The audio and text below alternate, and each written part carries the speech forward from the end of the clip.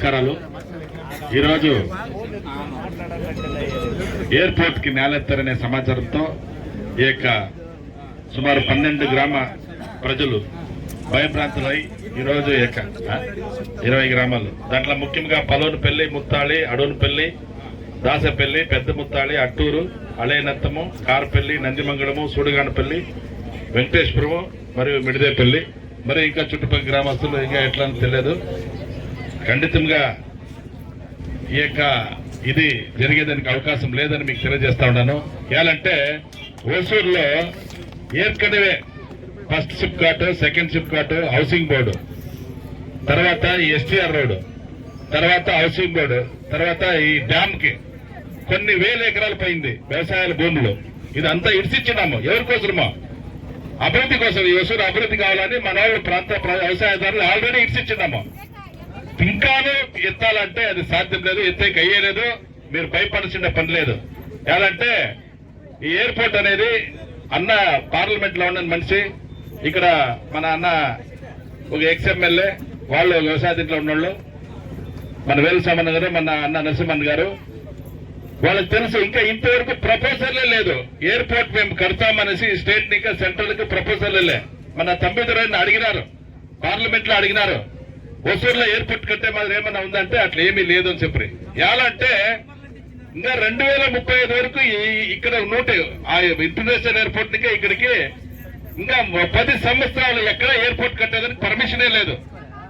ఎలాంటే నేను మంత్రిగా ఉన్నప్పుడు మన ఎడపాడి పళనిస్వామి గారు ఏర్కనివే టాల్ ఉంది కదా పాలగారిపల్లి దగ్గర, అక్కడ ఉడాన్ స్కీమ్ లో ఫ్లైట్ రన్ చేసేదానికే పర్మిషన్ ఇచ్చినాయి. దానికే పర్మిషన్ ఇవ్వలేదు సెంట్రల్ గవర్నమెంట్ లో. మీరు భయపడొద్దంట. సెంట్రల్ లో ఉండేది మోడీ ప్రభుత్వము, దానికి మనకు అండదండగా మన అన్న నరసింహన్ ఉన్నారు. ఇక్కడ నెక్స్ట్ రాబోయేది మన ఏడీఎంకేనే. ఇక్కడ పాలిటిక్స్ లేదంటారు. పాలిటిక్స్ ఉంటేనే జనాలు కాపాడే లేట్ అయ్యలే. తప్పుడు ఇప్పుడు మీరు గత 50 సంవత్సరాలు ఇంకా చూస్తే డిఎంకే వ్యవసాయాలకి ఆపోజిటే, జనాలకు ఆపోజిటే. వాళ్ళు ఎప్పుడు గవర్నమెంట్ వస్తేనే జనాలకు కష్టమే.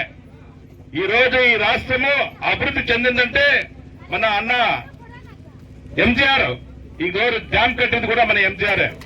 ఈ డ్యామ్ కట్టించింది ఎంజీఆర్ పీరియడ్ లో వ్యవసాయాల కోసము.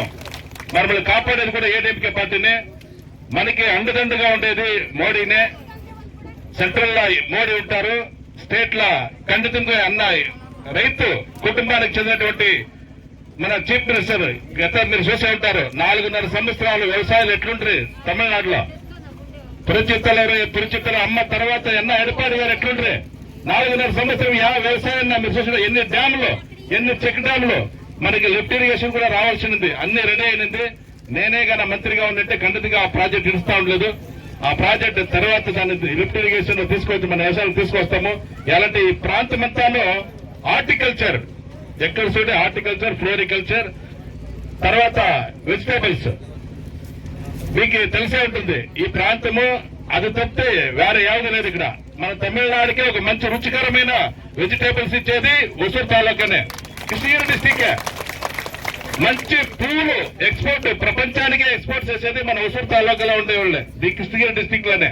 దాన్ని ఇంకా మామిడి అన్న చెప్పే, ఇక్కడ ఇండియాలో ఎక్కడా లేదు మామిడి పండ్లు పండే ఒక డిస్టిక్ అంటే కృష్ణగిరి డిస్టిక్. ఈ డిస్టిక్ లో ఖండితంగా ఏమి వచ్చేదానికి అవకాశం లేదు, ఇచ్చేలేదు. మీరు భయపడాల్సిన పని లేదు. ఎలాంటి ఏర్కనే మనము చాలా 1000 ఎకరాలు ఈ యొక్క ప్రాంత అభివృద్ధి కోసము జనాల కోసం ఇచ్చినాము. కానీ అన్న చెప్పే వేలుసామన్న గారు, ఇక్కడ ఎన్నో ఫ్యాక్టరీలకు ల్యాండ్ ఇచ్చినాము, ఎన్నో దీనికి ఇచ్చినాము. కానీ ఎక్కడ ఏ ఫ్యాక్టరీలో ఉద్యోగం మన లోకల్ వాళ్ళకి లేదు. ఒక లోకల్ వాళ్ళకి ఒక ఉద్యోగం కూడా లేదు. దాన్ని ఇంకా దయచేసి మీరందరూ ఒకటిగా ఉండి, అంటే ఈ పోరాటము మన బాబు చెప్పారు ఇక్కడ, ఇది వచ్చి ఏదో ఈ రోజుకు మాత్రమే ఇది సాల్వ్ అయిపోయింది అనుకోలేదంట. ఇట్లా పోరాటాలు మనం ఎన్నో చేయాల్సి పడుతుంది. మేము మీ ఎన్నుకుంటాము. ఇక్కడ బీజేపీ తరఫునిక కానీ, ఏడీఎంకే తరఫునిక కానీ, టీఎంకే తరఫునిక కానీ మేమంతాను మీ కుటుంబంలో ఒకరిగా ఉండి నిరాహార దీక్ష చేసి ప్రతి ఒక్కరికి కాపాడుతామనే దాన్ని మీకు హామీ ఇస్తా ఉన్నాం. ఈ రోజు ఈ ఒసూరు ప్రాంతంలో మీరు చూసే ఉంటారు, 25 కిలోమీటర్లు ఎక్కడ చూస్తారు కోట్లకు పైన వెలబారేటువంటి నేల. అంటే ఏర్కనే మనమంతా పాగొట్టుకున్నాము.